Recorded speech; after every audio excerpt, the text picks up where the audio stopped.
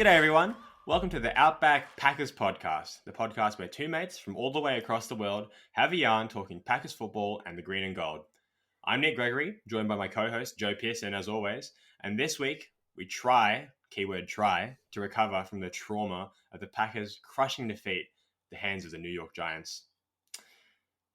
So before we get to that, let's just take a step back from the rough Sunday we've had and look at the rest of the NFC.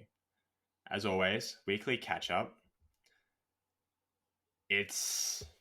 I feel like the story of this season is really just inconsistency. It's like you see a lot of these teams that you think they're supposed to be good. You think they're supposed to be bad. And yet they surprise you every single week. It's something a little different.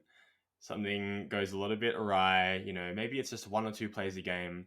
Maybe it's just as simple as a quarterback going out. But this season really feels like it's the start of a power shift in the NFL, and it's really awesome in some ways. I mean, it sucks for us, considering we're part of the older guard of NFL teams, and we've been in power for so long. But watching some of these younger players step up and things start to finally change in the new decade, it's really awesome. What do you think, Joe? Yeah, I don't know if I would call it inconsistency, more as like a reshuffling, because like you said, a lot of these teams are hitting on their drafts, and the new players are coming in and making a difference. Uh, Salary caps, obviously this year the salary cap jumped quite a bit compared to what it was last year after the COVID hit year. So teams were able to make more maneuvers in the off season. You're getting some new head coaching blood in there, some younger guys doing some amazing things right now. I mean, you even take a look at Minnesota with the guy that they have, Kevin O'Connell. There's been a shift. So I don't know, like I said, if you'd call it inconsistency or if you would just call it a reshuffling, because a lot of these divisions are what were the doghouse divisions are now the powerhouse divisions. So the NL or the NL, I'm thinking baseball. Baseball season is still going on, the playoffs. So my mind is kind of caught between the NFL and the MLB right now.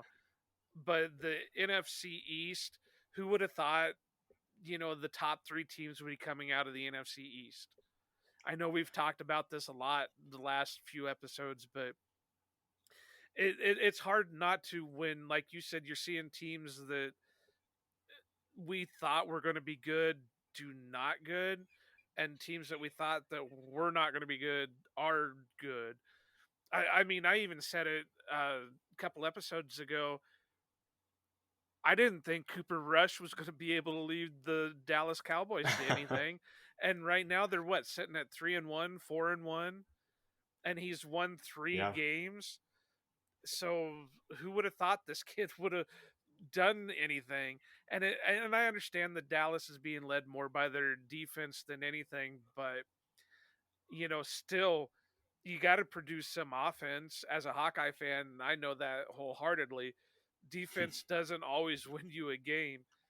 Um, so yeah, this reshuffling has really made things weird in the NFL.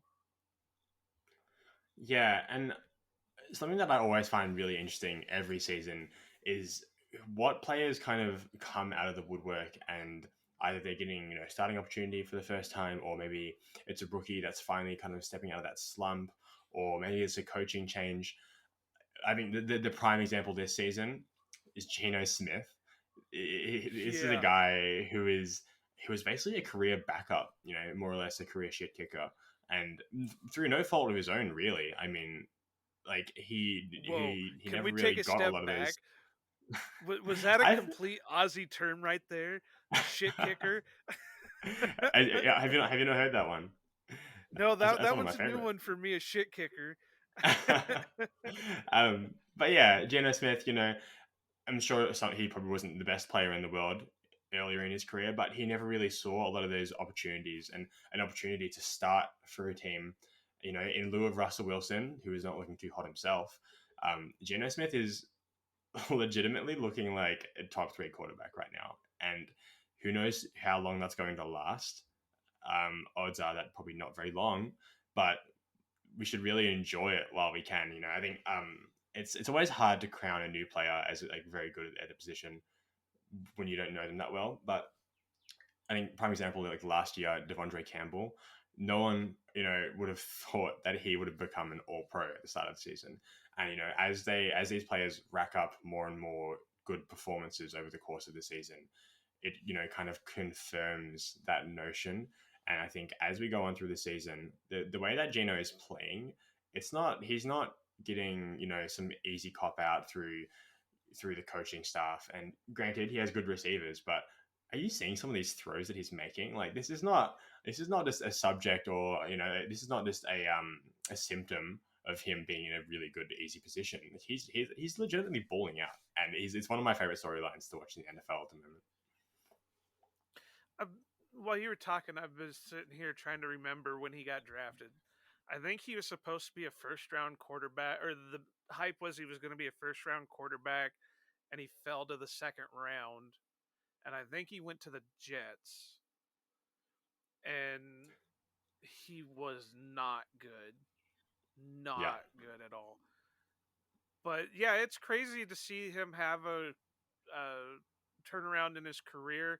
I'm happy for him. I think it sucks that he's had it with the Seahawks because as a diehard Packer fan, I can't handle seeing the Seahawks do anything worthwhile. I was kind of hoping to see them be the bottom feeders, but I, it's strange. And we've had stuff like this happen in the past. You know, I'm trying to remember the Steelers had Tommy Maddox. You know, he was he ran the same career path kind of like Gino did, and he put up a couple of good years in Pittsburgh after having a horrid start to his career. Um and I mean, you take a look at like Matt Flynn, he wasn't he was somebody who wasn't heavily touted, but yet he stepped in and had good seasons, or I mean, good games, and then went on to have nothing. So I mean, it's weird how these Yeah. counterbalances happen. If you understand what I'm trying to, my convoluted point. Yeah, and I think when someone like when Mahomes first kind of came onto the scene, I don't think anyone really expected him to kind of maintain that level of like sheer absurdity, and look where he is now. And like, I'm not saying that Geno Smith is going to be Mahomes or he's going to, be the most elite quarterback in the NFL, blah, blah, blah. But, while it's this season, while he's still hot, I think it's a joy to watch. And it's one of the most kind of fun offenses to watch in the NFL. It with Mahomes, it was one of those things that I don't think it. If I remember the draft that year right, and I remember some of it, but not a lot. Uh, when his name kept coming up because he was projected to be a first round guy, it was going to be kind of where he was taken late in the first round, but he was talked about as being the gunslinger. And I hate to bring up this name because of the stuff that's going on with him right now, but he was supposed to be in the similar boat to Brett Favre, where he was either gonna win you the game or lose you the game. You Yeah. know, he was gonna. He had a hell of an arm on him. He could put it wherever he wanted to put it. I guess they did say he had some uh, struggle with accuracy on the deep ball, but he could wing it pretty much anywhere. But it was either going to win you the game or lose you the game. He was either going to throw the game-winning touchdown or throw the game-losing interception. And Yeah. you can still kind of see it in this game, but I think he ended up in a good situation, kind of similar again to the Favre Rodgers situation, where he came in, he wasn't relied on to be the starter for the his rookie season. He got to learn behind Alex Smith. He got to learn from Andy Reid. So I mean, it is. It's there's a lot of that kind of thing. You take a look at some of these young quarterbacks where you wish they would have had a chance to sit behind somebody for a year or two. I'm looking at Pittsburgh right now with Kenny Pickett. The only quarterback taken in the first round this year, and he's getting forced into it because you know they had Trubisky, which is another one that you can say was forced into a starting role when maybe he shouldn't have been. Eh, It's a struggle. The draft has always been a crapshoot. You can base it off what they did in college, but if you don't put it together in the NFL, your college stuff means nothing. Yeah. Yeah, I think like getting a little bit off topic here, but I think like with quarterbacks in general, it's just so hard to evaluate them, and some of these guys can hit the ground running in their rookie season, very rarely, obviously, but some of these guys, well, like maybe they need a little bit of time to kind of sit back, or maybe they start in a year where they're not expected to be amazing, and so it's kind of okay if they're making mistakes and they're not playing to win games, they're playing to just like be a better team. They're not obviously not every team is realistically aiming for the Super Bowl, and that's okay. Like, I think that's why I find someone like Trey Lance is in a very difficult situation because the expectation is that he's going to be a very good quarterback, and that I mean, same for every quarterback. You expect they're going to be good, but someone like Trey Lance, he's the thing that is going to set that team off when he comes back next year. That's what's going to get them over that hump. And I think it's very difficult to be in a position like that. Someone like Trevor Lawrence, who they're the first overall pick, and they have the whole entire weight of the franchise riding on them, and he's handling it, relatively well. But it's really interesting, I guess, because it's not very common for quarterbacks to sit for a year anymore, and it's not really a luxury a lot of teams have planning that far ahead. And for me personally, I'm still a bit of a Jordan Love believer. Deep down inside, I still think that he can be something. So if So Aaron does you're end a up, lover. love prevails. Love prevails. I think I honestly think he deserves his own chance, and I hope it's on this team in some form. But I mean, we'll see. But yeah, moving on to the team of this quarterback we've just talked about, the game of the week outside of the Packers, something a little bit more easy to watch from the outside in, perhaps. I guess not so easy watching MVS and Devontae Adams, the Raiders versus Chiefs, both leading receivers for the teams, leading both teams in yardage, and two guys that the Packers let go. It's a little bit heartbreaking to watch them to watch them playing so well for other teams, but it's a lot easier when when your team isn't the one that's being demolished out there. Yeah, yeah. I get what you're saying. I I've always felt that I don't think MVS wanted to be in Green Bay. I know he said different, Really, but just somewhat of his mannerisms, or if you've ever watched him on some of like the podcasts or the YouTube shows that he would be on, he just never seemed interested. Now I don't know if that's just because he's more of a shy guy and isn't good in front of a camera. So, and I've not seen how he's been in Kansas City, but I just something about him never seemed like he wanted to be in Green Bay. But that's just my opinion. He could have loved it or whatever. Now Devontae, I know, loved it. It just circumstances were he wanted to go play with Derek Carr, his former college quarterback and friend, and I I kind of think he's regretting the decision right now. in some ways, Because maybe, yeah. we're seeing a lot of uncharacteristic things come from Devontae. And to kind of segue into our next point, he did not have a very good moment in tonight's game or after tonight's game. I think it was towards the end of the game. I didn't get to watch it, but I have seen the clip flying around Twitter a lot. And Devontae kind of took some frustration out on a camera guy and shoved him to the ground.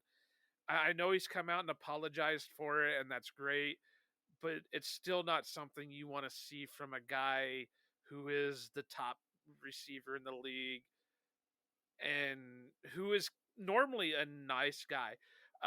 Kind of to rub it into a lot of people's faces. I've met Devontae a couple different times, and he's been Really? nothing but yeah. I never knew that. He's he as some people may know, I would go up to training camp and and I'm a big autograph collector. And yeah, I met Devontae. Obviously, I couldn't talk to him much at training camp outside the gates and whatever. It was usually a real quick autograph and then, hey, have a good day, whatever, and he would be inside. But there was one Right. year that I went to a game, and I think it was the Chargers game in 2015. And it was just me and one other guy sitting outside the fence of the player parking lot outside of Lambeau. And he was walking to Lambeau coming either from break or they were going in for morning meetings or whatever. And the kid I was standing with hollered for him, and Devontae kind of gave us a wave or a nod. So we were like, okay, well, he's just going in the meeting and, whatever, no big deal. He doesn't feel like signing today. And within 5 minutes, the next thing we know, he's coming back out and sitting there and signing, and he sat and talked with us for a bit. And so That's so awesome. I never got the feeling that he was somebody that could. I mean, obviously, when you're in the heat of the moment, you're in the game, you just come off from a big, I guess you can call it battle. Something like this could happen, but it doesn't seem like something Devontae would be doing. So, like I said, I know he apologized for it, but it's going to make its rounds, and people are going to call him out for it. Sorry, that was a long Yeah. story ramble. No, that was good. I never knew that, and obviously, me being all the way over here, I've never interacted with the player, so that's really awesome, dude. Yeah, that's sick. Um, yeah, I mean, it's it's something pretty uncharacteristic of Devante, and I think he knows that. Yeah, like as you said, he apologized to the reporter both in person and that obviously he commented on Twitter. Um, yeah, it's just like indicative, really, of the kind of the struggles this team is going through. The Raiders. I think ultimately he's going to be happy with the decision. His family is all there and all that kind of stuff. But it's tough. This is a guy who, in the past 3 years, has lost 9 games total, and the Raiders are already lost 4 this year. Yeah. It's he's not used to that, and it's frustrating when this is a team that was supposed to be on the up, and like Devontae Adams, he makes a living off of being wide open every single play, just about. And you got Derek Carr. I was a big Derek Carr believer, but his arm strength is just so lacking, dude. Like you see that first touchdown catch that he got, and he's open by like 15 yards, just about. And by the time that Carr's little wobbly ball finally makes its way over that side of the field, Devontae has to slow down and wait for a good second or a bit. Like it's ridiculous. Like he probably doesn't. He probably appreciates Rogers a lot more now that he's gone. Right. And I mean, you can tell in some of his press conferences so far this year that he looks like he's checked out or he's uninterested, and it's got to be hard. Like you said, he comes from teams that aren't, I don't want to say losers, but they don't lose a lot of games. Yeah, And now he's with a team that can't seem to win any games. So it's something to keep an eye on the rest of the season. Not saying he's going to be able to get out of it because he signed a very big contract out there. Yeah, But it makes you wonder what's going to happen in the next couple of years. yeah. And I think it's this game as a whole. It kind of just affirms that the AFC is it's continuing to be a bit of a bloodbath. Mahomes, the Chiefs, they have struggled a bit, but at the end of the day, this is still a very good team, a very well coached team. And now through what's this coming on almost 5 years of Mahomes, 4 years, 5 years of Mahomes, a team that has experience being together now. This is a team that has solidified itself. And while they might, as we talked about before, be little bit inconsistent at times, they're a team that knows their identity. They know what they want to go back to. Even without Tyreek, they have Travis Kelce there, and they have Mahomes there, and they have a good O line, and they have an aggressive blitzing defense. They know who they want to be, and it's I'm thankful that we're not in the same conference as them, because it is scary sometimes just seeing how consistently and how well they kind of maintain that identity throughout the course of a season. Um, and seeing MVS is a bit of a heartbreaker on that. Seeing him have success, it's good. When he was on the Packers, he was my favorite player. Straight up, MVS was my favorite player, and watching him go from this, kind of shy, timid rookie who was just putting his head down and trying to be his best, and getting ragged on in his second year, and getting sent death threats, which is absolutely ridiculous, and eventually flourishing into this really, really good receiver who unfortunately was injured for a lot of his last season. But I wanted them to extend MVS over Lazard. Whether or not that would have been the right choice remains to be seen. But I love MVS, and I'm happy for him getting such a big role, because I think he deserves to at least show that and at least have the opportunity to do that.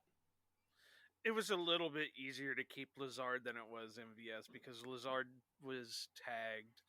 He Yeah, was the yeah, restricted free agent tag, whereas MVS was wanting straight up cash and he was wanting the 10 mil a year, and that was a little bit hard to fit in considering the Packers were having to do a lot of cost cutting.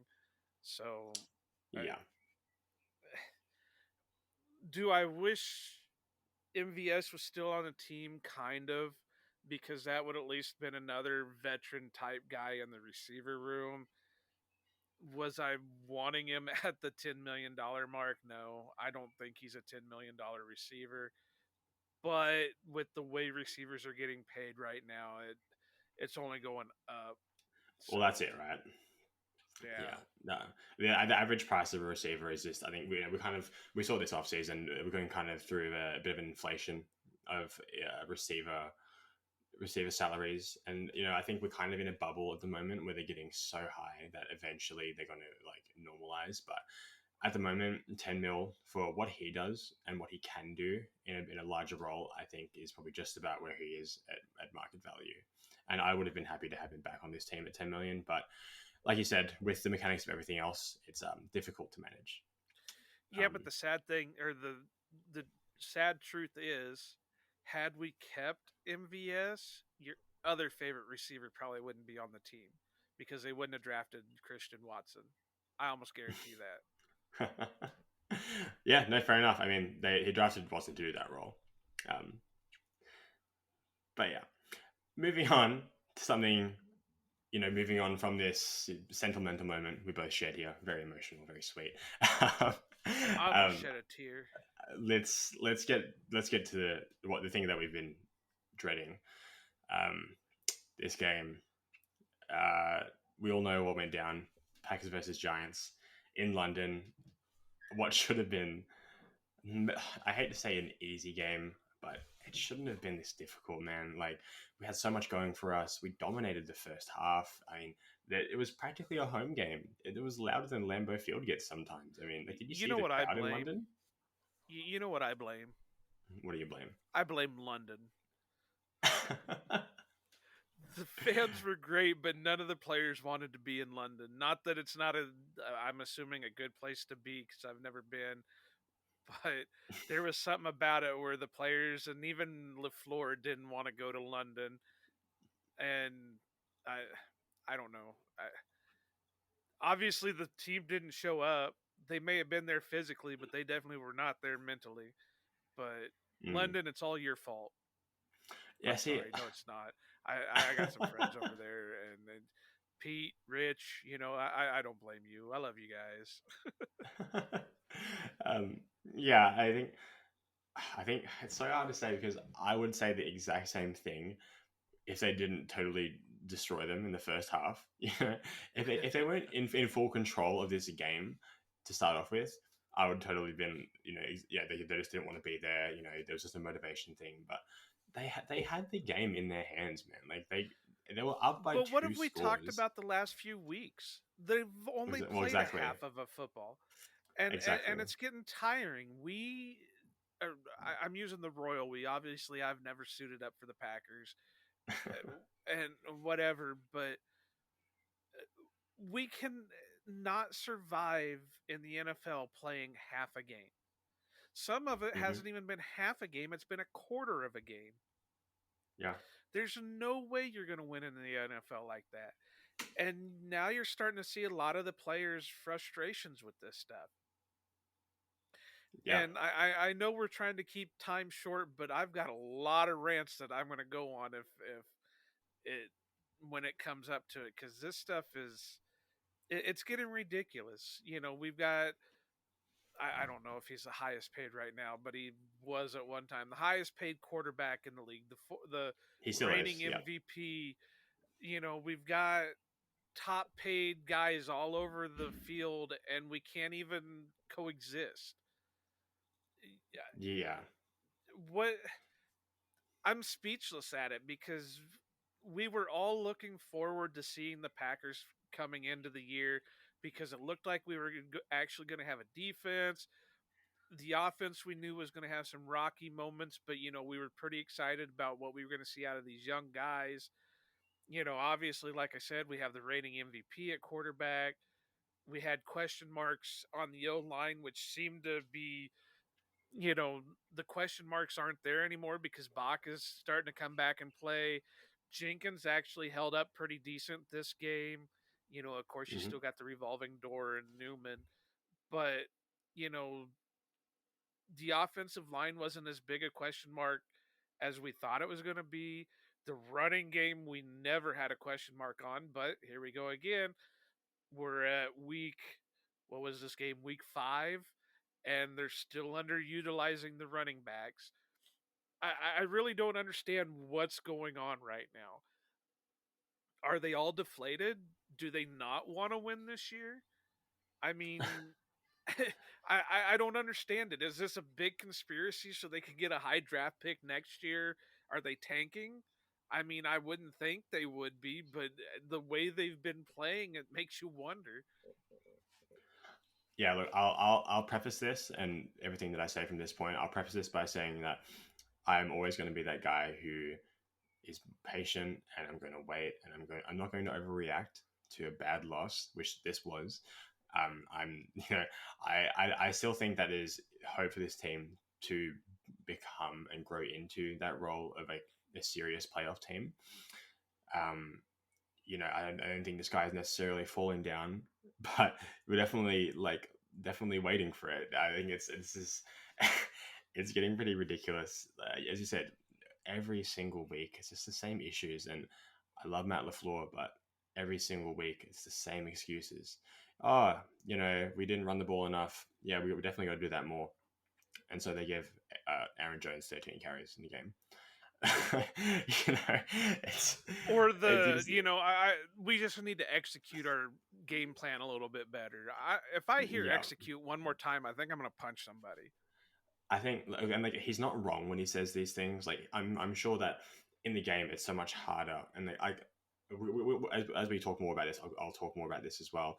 Like I think that a lot of the plan that they had for this game was actually reasonable and understandable, but it's just like the fact that even you're the head coach of this team and you're not taking control of the defense.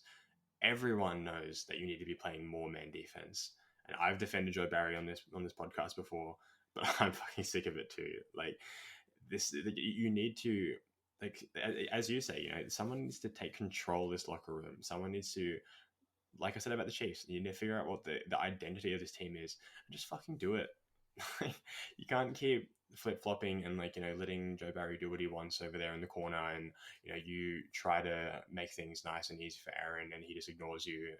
And like Bisaccia is doing a good job, but you need to assert what exactly you want from this team, and you need to figure out how you want the identity and the shape of the player skill sets and the team and the scheme to revolve around that and move in some kind of consistent direction. This feels like we're kind of floundering and this not really working as a team. We're less than the sum of our parts. And like on offense especially, sure, there's going to be growing pains, but do you you just need to see some kind of like positive like direction, you know?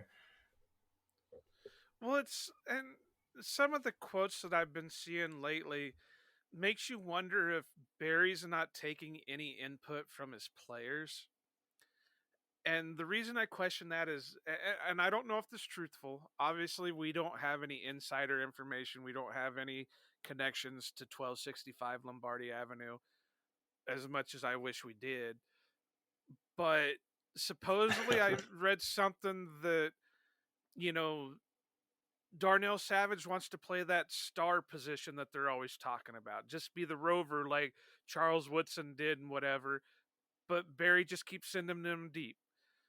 You know, Razul is not a slot corner.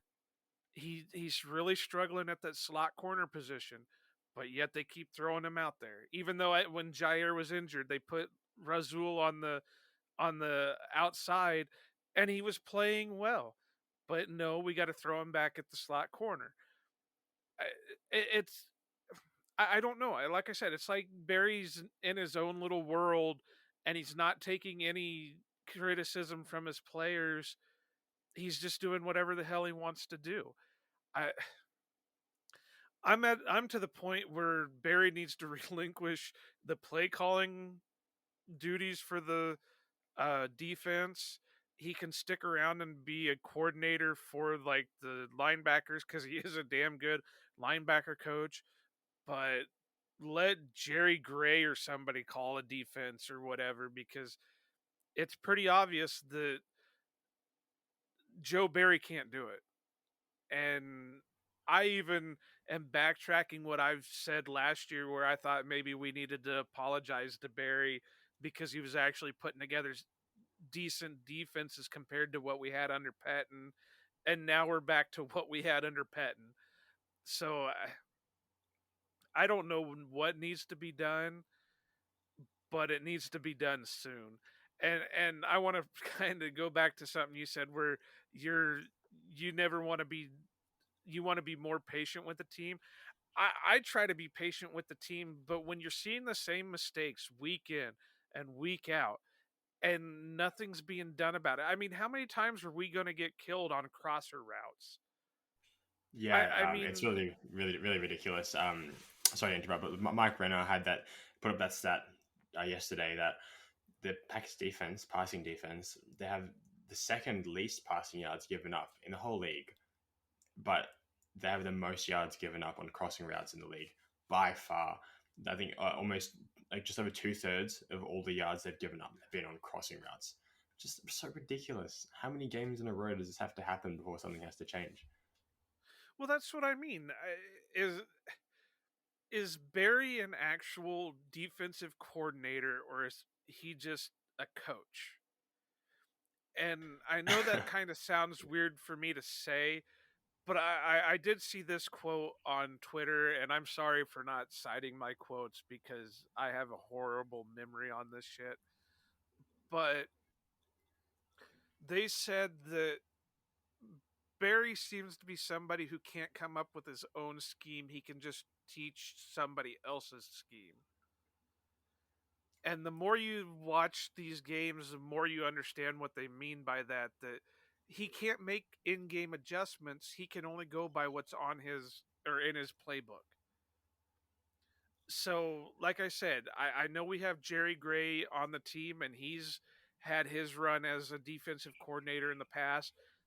Maybe we need to do some change up on coaching duties. let him start calling some plays. So I don't know, but like I keep repeating, something has to change. Yeah, I hate to play the what about game. I'm not that kind of person who's like, oh yeah, we could have done this, could have done that. But it really hurts seeing Ejiro Evero, the defensive coordinator of the Broncos, who we had in our hiring cycle, and who obviously caught the eye of Nathaniel Hackett now that he's over there. He's put up, I think, by DVOA, the eighth best defense in the league, and it's it's painful. Like it really, it's just I have faith that it will eventually get better, but I don't think that we're gonna be consistently a top 10 defense by the end of the year. And like to me, this comes down to this whole thing about identity. Like they don't know what exactly they're hanging their hat on, and of course, they want to limit the big plays. That's like their thing. But last year it was the tackling. Even if if a player catches a ball, everyone else is around them swarming to the point of the catch, and you have like 2-3 guys tackling the player. And this year, we're not even tackling all that well as we did last year. We're sticking to this soft zone, these soft zone coverages, which I generally don't use this term, but these soft zone coverages that where they're playing off so far and they don't allow the players to do what they're good at. And every single team in the league plays mostly zone. That's a fact that teams play mostly zone. Even the most man heavy teams play mostly zone.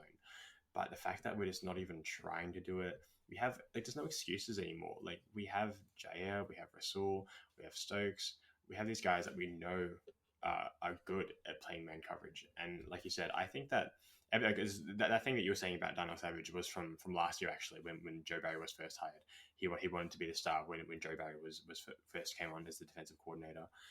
I think that in a limited capacity, Savage could be really good in that underneath role, that robber role, middle field, kind of covering those faster, smaller guys inside, not not attempting to block like Mark Andrews or whatever, not attempting to block these tight ends, but someone he can kind of take away that middle of the field crossing routes, you know, someone he can do that. Rasul can play the deep half, or if even Jair can play the deep half, not full time, but something to just kind of play a little bit more of these players' strengths and just hide some of the weaknesses. Like we have so many good players on this defense. There is an arrangement of them that is best for everyone, and I don't think we're seeing that. And I don't think the scheme is playing to the best of their abilities. If we had corners who excelled in zone, if we had 3 Marcus Peters on our team, and we could just drop back, and do that kind of like deep shell every single play. Someone who can who can get back and watch the quarterback, and that's like their thing. If we had that, that is fine. But we have players who can dominate people physically, who are fast, who are twitchy, who are like long. We have the ability to do this. We're just not doing it as much as we should be. Well, you know what the sad thing is the Packers actually have had 2 guys on their team that are terrific zone players. One hasn't been on the team for a bit, but he should still be on the Micah. team. And the other one was on the team, but it seems like at the wrong time, and that's Josh Jackson.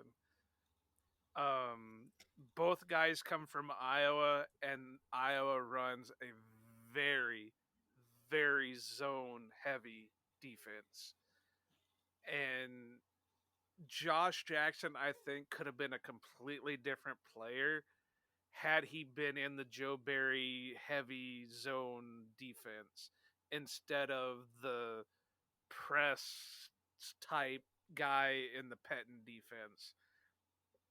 I mean, we'll never know now. Obviously, he's bounced around so much that it doesn't matter. But yeah, I mean, I completely agree with you.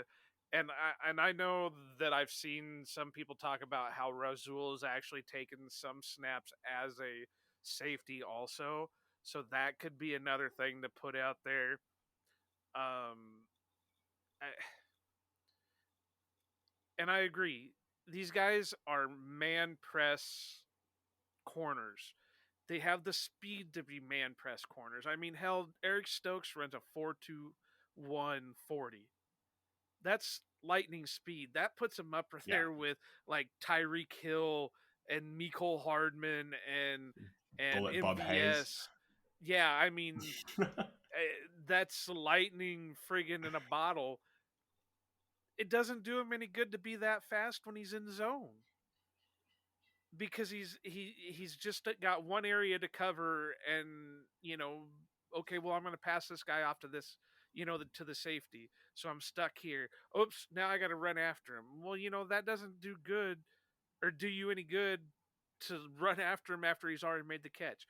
Press man, knock the receiver on his ass, do whatever you have to in that first 5 yards you get, and then if you get beat, you have the speed to chase him down. If not, you've made a play. That's one thing I've noticed with the Packers defense the last few years, even a little bit before Barry. Where are the interceptions? Outside of Razul Mm. last year, the interceptions are hardly there. Yeah, I mean, that's they really all true, actually. had a ton of pass defenses, but there's not a lot of interceptions in their game. So I mean, I don't. Obviously, I'm not a coach. Neither one of us are coaches. Neither one of us are coordinators. You know, we've never been in the NFL, so we don't know what's going on behind the scenes or Not yet. what it Not takes to yet. build this stuff up. But being the armchair guys that we are, if we can see it, there should be no reason for a guy getting paid millions of dollars not to see it. Yeah, I mean, yeah, it's exhausting at this point, and yeah, I have faith that things will improve slightly. I'm just not sure to what degree, you know. Um, Well, I yeah, think we beat a dead horse. We might as well just move on, because if not, I'm just gonna continue to ride on this high horse of mine. Yeah, I think we've kind of covered a lot of the stuff. I mean, especially the defensive wise, what we want to talk about. So, if you want to touch on a few of the positives, the ones that Were existed, there any? I think I just want to talk about my thing as always, the O line.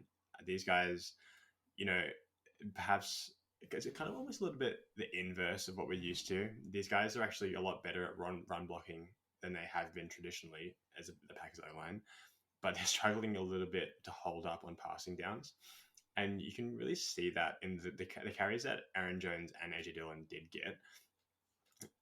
Aaron had 13 carries, 63 yards, 4.8 average, and AJ Dillon, 6 carries for 34 yards, 5.7 yards per carry.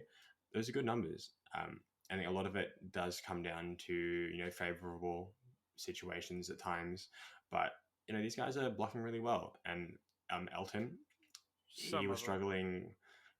Royce Newman is a good run blocker. I know you don't like him, but he is a good run blocker. He can't pass block consistently well, but he gets pushed.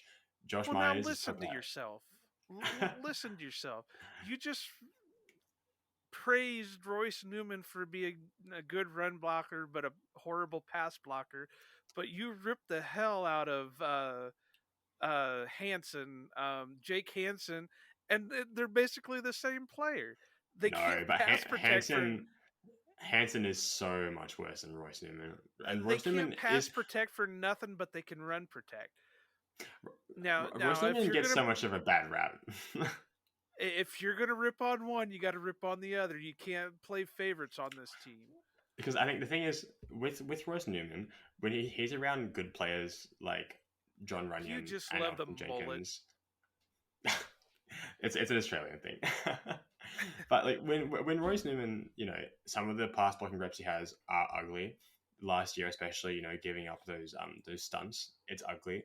But at the end of the day, he's just like an average pass protector, and that's fine. He's average, maybe slightly below, and that's it's not I would say ideal. Obviously, slightly below.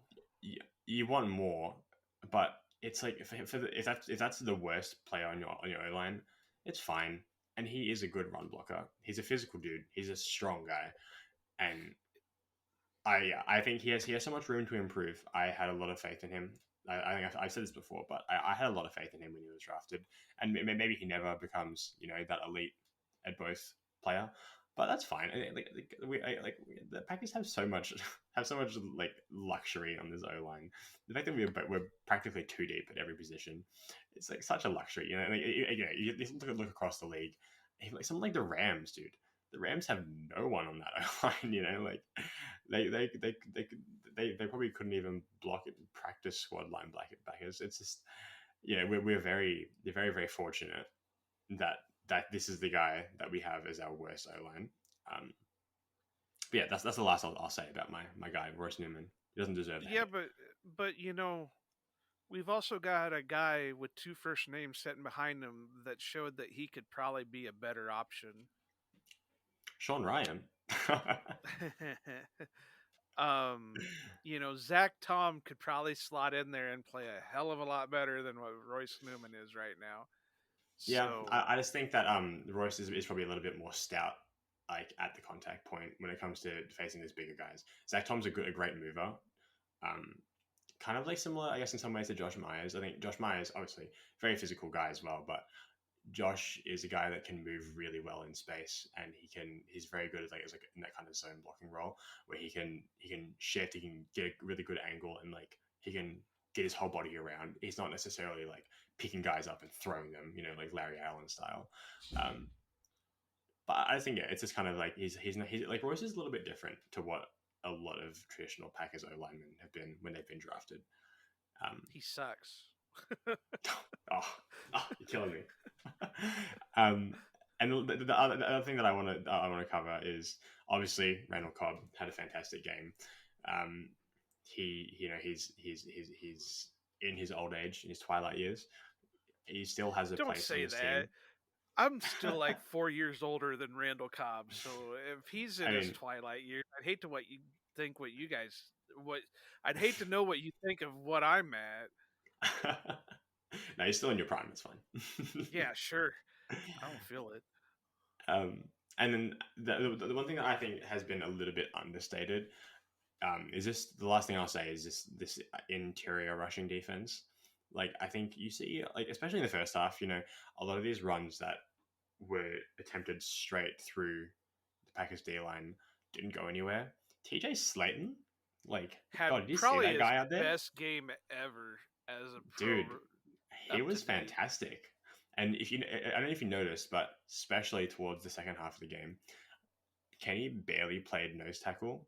He was more. It was a lot of Slayton covering up the middle gaps, and Kenny playing on the end or a little bit off. Now And that's think like, back a little bit.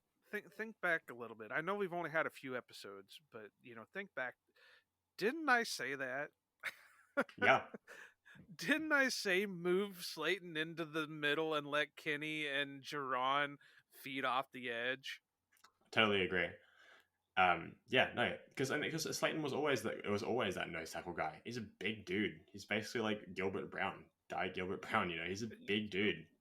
When the Packers drafted him, the first thing that came to mind was Gilbert Brown.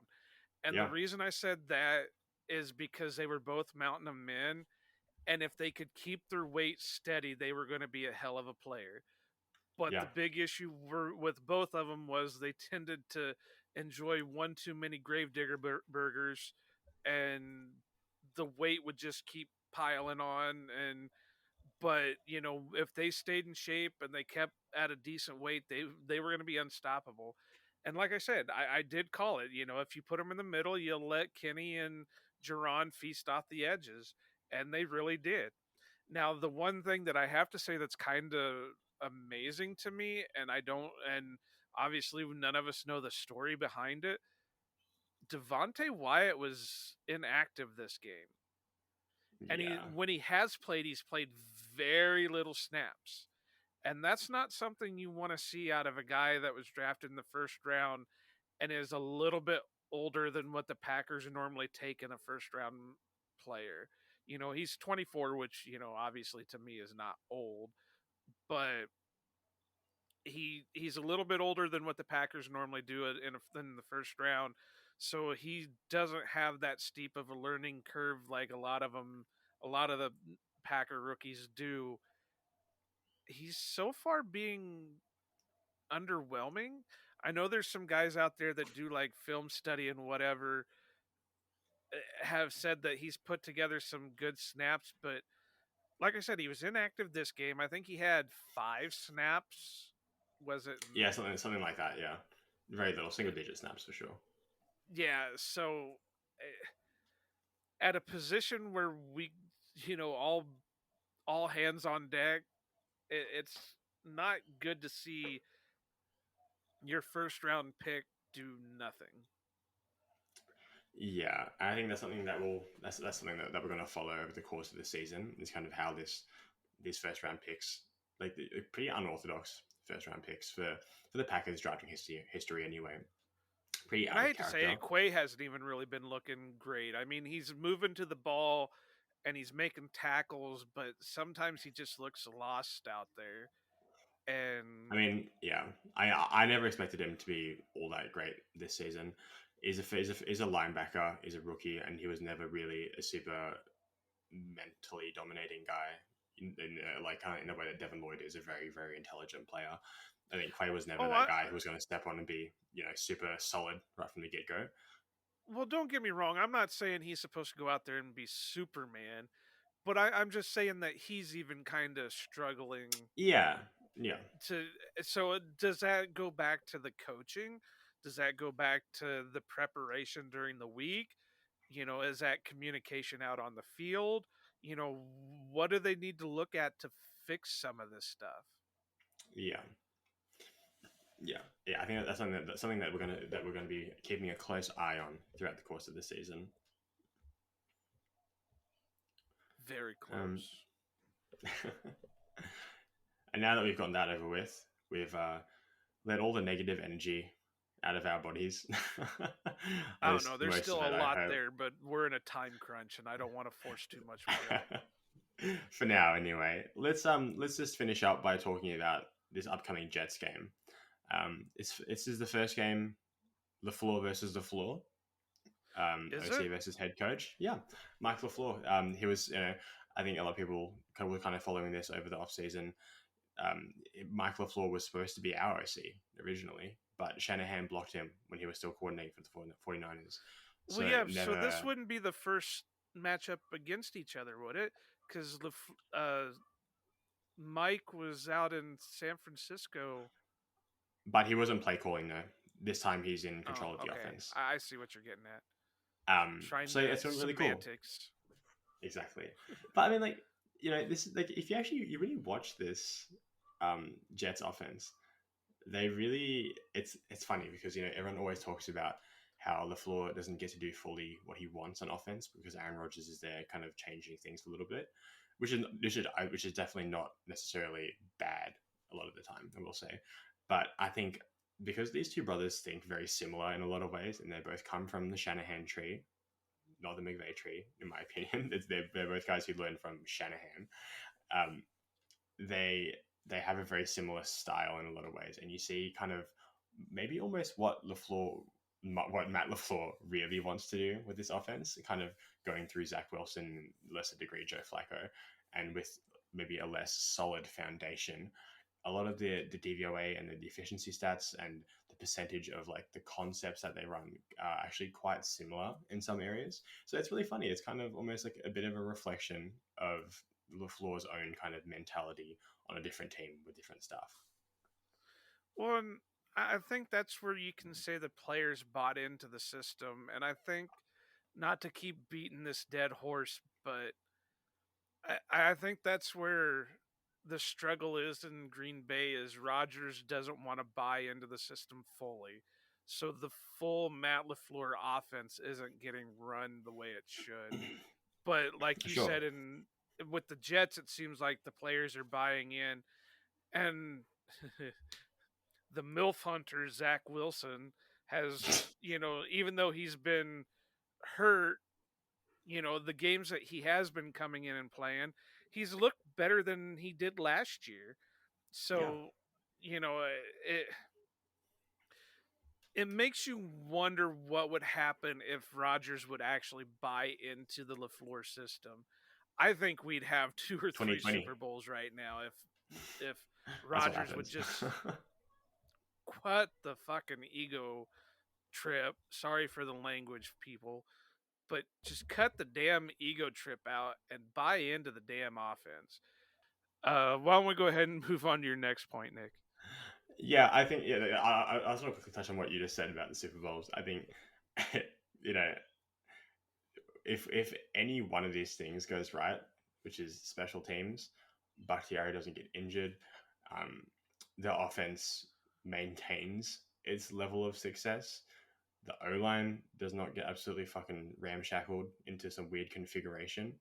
I think if any one of those things go right, I think we have at least one Super Bowl in the past 2 years, which is so Right, heartbreaking to think but about. you know, but the thing is last year, and like I said, we need to move on to the next topic. But last year, if you look at it with the 49ers, the defense did its job and held them to almost, what, 14 points, 10 points. Yeah, Where 10. was our offense? Yeah, This vaunted offense, our NFL or our MVP caliber quarterback couldn't get anything done. Now, granted, the weather was a problem, but he focused in on one guy, and that was it. I mean, when you've got Devonte Adams, your star receiver, which he should get as many catches as he wants, your next highest receiver was Aaron Jones. There's a problem. yeah. So, I think, I like think I said, yeah, we probably should move on because, like I said, these are it's more rants. heartbreaking. Yeah.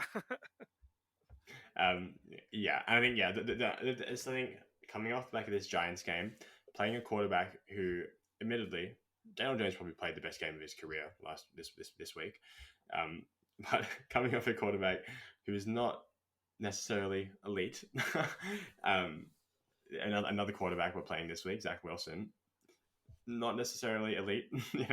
I don't want to say anything less than that to jinx it, but this is a guy that the Packers defense should be able to take advantage of. He's a guy that's still young. He doesn't really know what his limits are just yet. He has a big arm. He's going to throw the ball down the field at least a couple times. And I think we need to be able to take advantage of that. As you said, just like one interception would be nice. One turnover of some species would be nice. Just like you just if we're gonna be serious about this, if we're gonna make adjustments and get better, we just start small and play right, play well. Don't get lazy. Don't think that just because he's a young quarterback, it's going to be super easy. His defense needs to get serious and just slowly aim for positive progress. Just one turnover. Don't let him roast you, which we have the corners to deal with. Garrett Wilson, Elijah Moore. This is a team that wants to attack us with their running game, as you saw last week. They have a relatively decent O line. Elijah Vera Tucker is playing very well at the moment. Kind of a bit of a Elton Jenkins light kind of player. I just want us to see, the areas where we can, with areas where we excel, find our identity, and take advantage of the quarterback who's going to throw some balls our way. This has a trap game written all over it, considering how the Packers played against the Giants. Because if you look at it, we're coming into very similar conditions. We've got a young quarterback who, like you said, is going to make his mistakes. He's still finding his groove, whatever. But he's also a bit mobile. We've got a young running back who, while hasn't put up the stats of a Saquon Barkley, is still, what I think he's in the early rookie of the year conversation right now. Yeah. I It's going to be tough. I don't want, after thinking that there's no way the Packers could lose against the Giants and thinking it was going to be a runaway against the Patriots, I don't want to get too cocky going against the Jets. it's really going to be interesting to see how the Packers rebound after the London game. I'm really hoping somebody on the team steps up and does something, a players only meeting or some shit like that to get things jump started. Mm. So it's going to be another chess match. I think the Jets coach is Saleh, right? Robert Saleh. Robert Sala, yeah, he's good. And he's more of a defensive minded coach, isn't he? Yeah, he was the DC for the 49ers before he left. Right. So it's going to be one of those chess matches versus, again, where LaFleur, head coach versus head coach, who's going to make the right adjustments for their team. I hate to say it, but I think it's going to be another close one. No, I definitely think it is too. Like, did you see what the Jets did this past week? Granted, backup quarterback, but they put up 40 points against a legitimately like decent team, like probably a top third of the league team. In the Dolphins, might have been different if Tua was starting, but just the fact that they have the firepower to do that, you need to be wary of that. And a lot of it, like I think 5 of their touchdowns were on the ground, right? So it's something we need to be conscious of, and we can't let them take advantage of us. For a fact that Mike LaFleur has seen all these crossing routes, and he's going to try and take He's advantage of that. salivating. Exactly. This And is what he's they got the thrive players on. to do it. He's got the Exactly. players to do it. He can send Elijah Moore. He can send Garrett Wilson. He can send Corey Davis. You can send Brees Hall if he wants to. Like they can run mesh all Right. day. So, and I'm trying to think: do the Jets have a tight end worth a CJ damn? Uzoma, they signed him from the Bengals this year. Okay, I just you can just believe you can just sit there and imagine Mike LaFleur is just salivating at getting the chance to do all these crossing routes and knowing unless Barry does something, they're not going to stop him. Yeah, I mean, just because they have not, as you talked about this kind of shifting landscape of the NFL, we can't let, yeah, as if I'm on the team, you can't let these teams that have traditionally not been as good, you can't let these teams, do what they want, and just because you run on the assumption that they're not going to be as good as you think they are. They still have guys, and NFL is all about the matchups, and on a game to game basis, any given Sunday, anyone can win. It's just about, you need to play the guys that are in front of you, and you need to be smart about it. You can't just sit in the zone all day and then not change anything when you get ripped. You can't just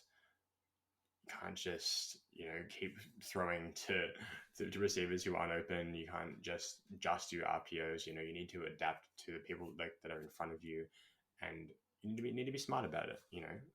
And I have faith that LaFleur is going to continue his streak of not losing 2 games in a row. But it's going to be a close one. It's going to be a very close one, I think. Well, to quote one of my favorite movies, Moneyball, adapt or die. And Exactly. right now the Packers are dying and they're not adapting. They're definitely dying. Yeah. So, some changes. I know that's been the common thing amongst of what we've said tonight. There's got to be changes. Yeah. And just to finish up on this matchup, the clash of the twin brothers, do you want to cover your over unders for this week? Top 3. Yeah. I'm trying to go through and decide which ones we're wanting to do here. Yeah. The first one I'm going to say definitely is over under 13 carries for Aaron Jones. I set it at 13 being generous, but as we've seen, he's not been getting a ton of them. I would. I'm going to let you go first because I got to think on it for a minute. I said this to you before we started recording, but I laughed at how low the number was, and then they kind of set in that was actually quite a realistic number. 13 carries for Aaron Jones. It's it has to be over. I think. Is this 13 carries or 13 touches?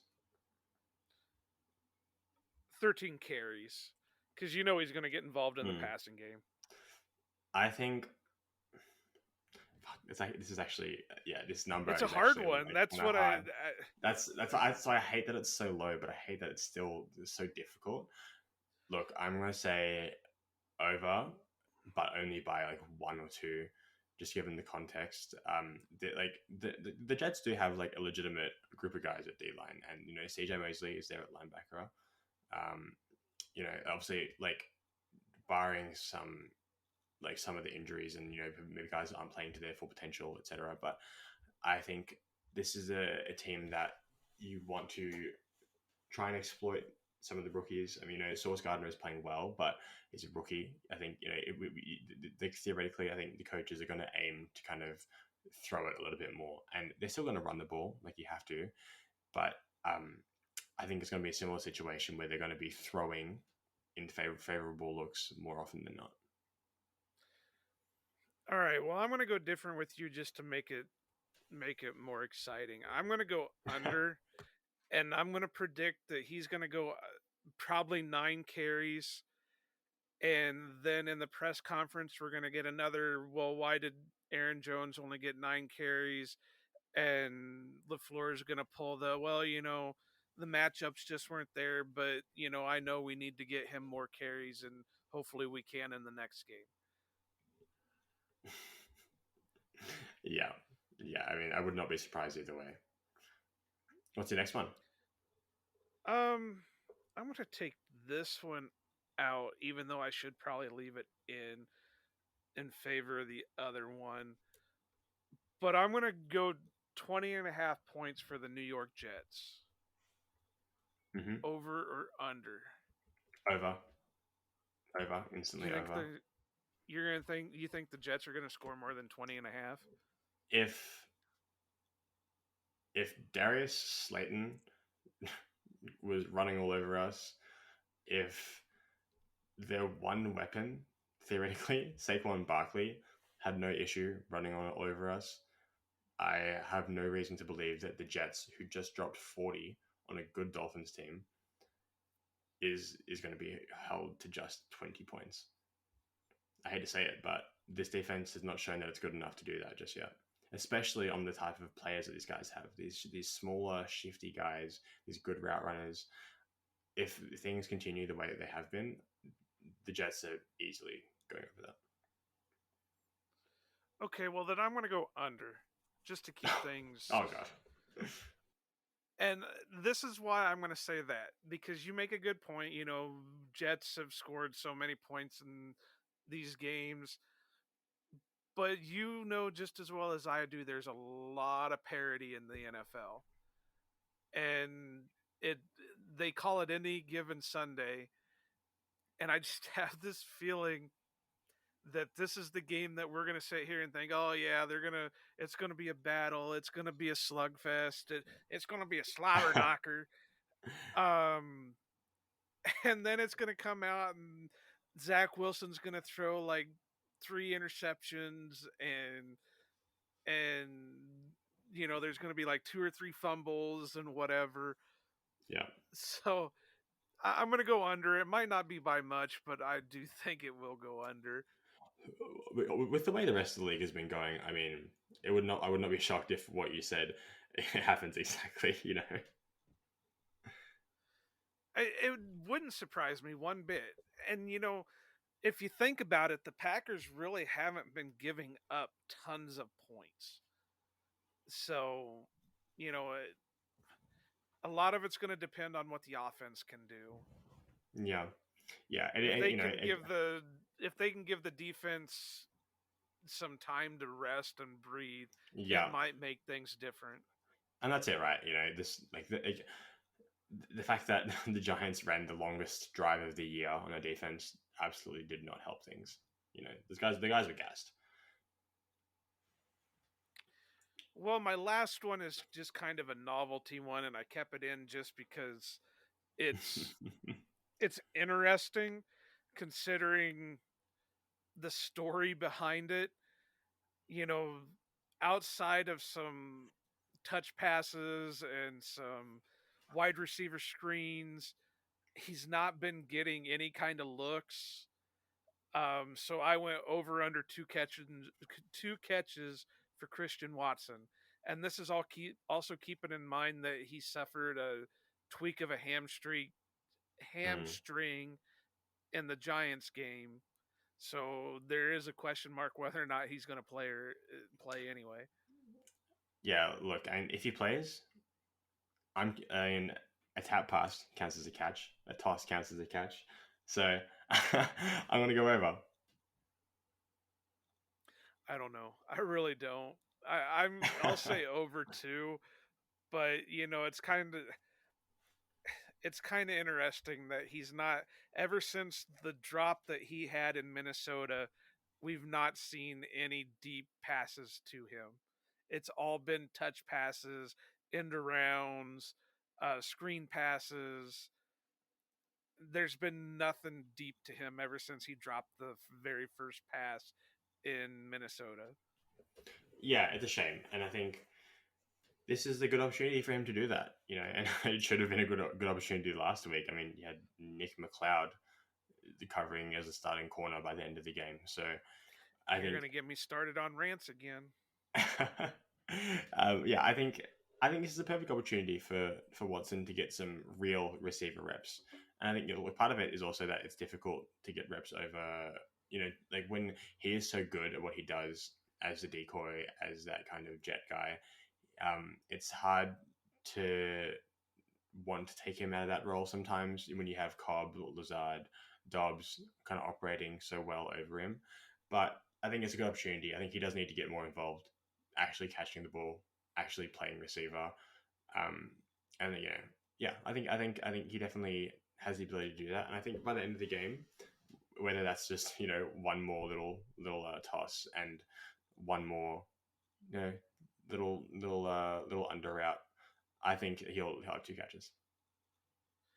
All right, I got one more thing, and it's not an over and or under. It's a yes or a Okay. no, and you can expand on it or not. But after seeing what happened against the Giants and Amari Rogers being taken off return and Christian Watson being put back there, do we see Samari Torre activated for the Jets game? Mm, that's a really good one, actually. I think if Watson is not on the field, if Watson's out with injury, I think yes, because Winfrey is not returning kicks, and they clearly do not trust Amari for good reason. And even just for the kick returns, solely just for kick returns, I think Samori would be good at that. It's going to be interesting to see, and I know they've left him off the active uh, game day roster all season, so it'd be interesting to see if they activate him for this game for that reason. Yeah. And I would love to see him get activated and just go off and you know couple kick returns for decent yardage, but also go for like 5 catches and 110 yards. And because I really think even though his ceiling isn't the highest, his floor is high.